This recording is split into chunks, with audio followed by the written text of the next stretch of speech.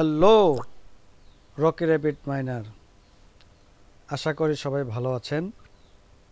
আজকের super set আমরা কিভাবে ফিল আপ করবো সেটা হলো, সুপার সেট চাপ দিয়ে এখানে এসে কোয়াস থেকে ক্লাইম এই অপশনে এসে নিচে নামবো। নিচে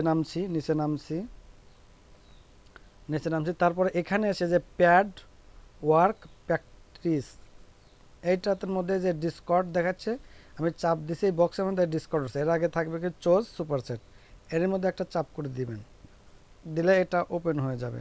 তারপরে এইখান থেকে আবার নিচে নামতেছি, যাচ্ছি, এই তো যাচ্ছি, আরও যাচ্ছি।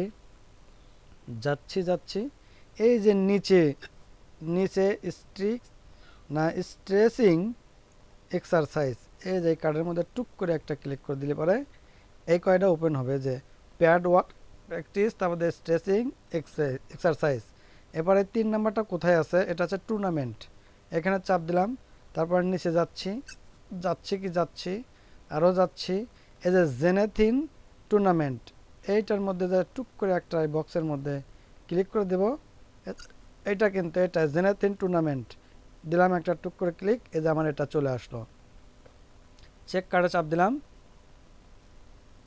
তারপরে claim super set fill up করে নিলাম। এই যে এখানে চলে আসলাম, তারপরে এখানে চাপ দিলাম, এই তো আমার সুপার সেট কিন্তু ফিল আপ হয়ে গেছে।